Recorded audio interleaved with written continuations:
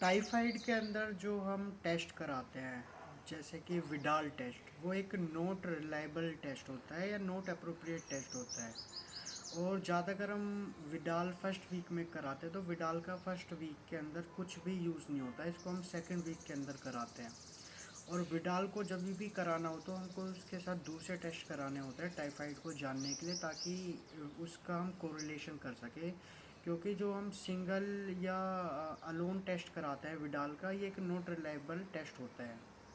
तो इसका जो मेन टेस्ट होता है वो हम ब्लड कल्चर के अंदर कराते हैं, जिससे कि हमें साल्मोनेला टाइफाई के बारे में पता चलता है। और यदि हम इसको बिना ही ट्रीट करे छोड़ दें तो ये एक इंटेस्टाइनल प्रॉब्लम क्रिएट कर सकता है।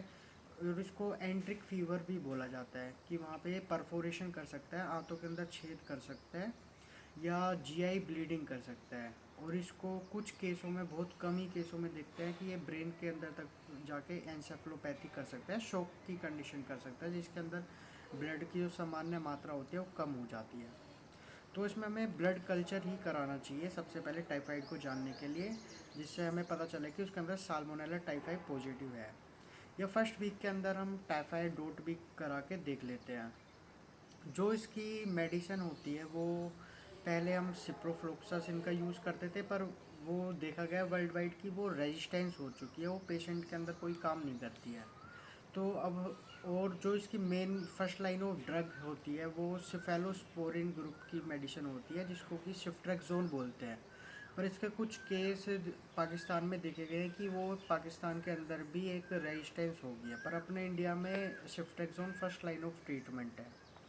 कुछ डॉक्टर या जो क्लिनिशियन होते हैं वो इसका सही अमाउंट में डोज नहीं दे पाते हैं, जिसकी वजह से बार बार पेशेंट लंबे टाइम तक होके एक जीन व्याधि बन जाती है, काफ़ी टाइम तक मतलब ये ठीक नहीं हो पाते और बार बार पेशेंट फीवर आता रहता है और ठीक नहीं होते हैं। तो उसके अंदर जो हमारी मात्रा होती है, डोसेज होती है, वो सही होनी चाहिए। जो शिफ्ट्रेक्सोन की जो डोसेज होती है उसमें हमें फर्स्ट डे ही हमें इंजेक्शन का यूज़ करना रहता है, जिसमें कि हमें 100 mg पर केजी पर बॉडी वेट के हिसाब से पर डे के हिसाब से लगाते हैं। मतलब एक बंदे के अंदर यदि 60 किलो वज़न है या फीमेल पेशेंट के अंदर 60 किलो वज़न है, तो उसे हम 100 से जब मल्टीप्लाई करते हैं तो 6000 mg पर डे के हिसाब से हमें लगानी चाहिए। मतलब यदि एक सैचेट 1 ग्राम का है सिफ्ट्रेक्सोन का, तो हमें 2 सैचेट TDS में लगाने होते हैं, 2 सुबह 2 दोपहर 2 शाम। यदि 2 ग्राम का सैचेट है तो 1 सुबह 1 शाम, और ये 1 सुबह 1 दोपहर 1 शाम, मतलब हमें टोटल मिला के 6 ग्राम उस पेशेंट में लगाना होता है फर्स्ट डे।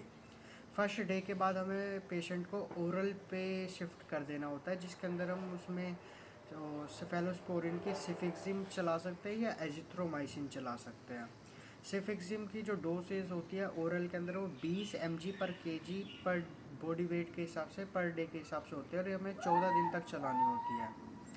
और जो एजिथ्रोमाइसिन की डोज होती है वो 15 से लेकर 20 mg पर केजी पर डे के हिसाब से चलानी होती है। यदि कोई 50 या 60 किलो का है तो उसमें हम 500 mg BD चला सकते हैं या TDS चला सकते हैं, और उसके हिसाब से डोसेस के हिसाब से जो 15 से लेकर 20 mg पर केजी बॉडी वेट चलाते हैं।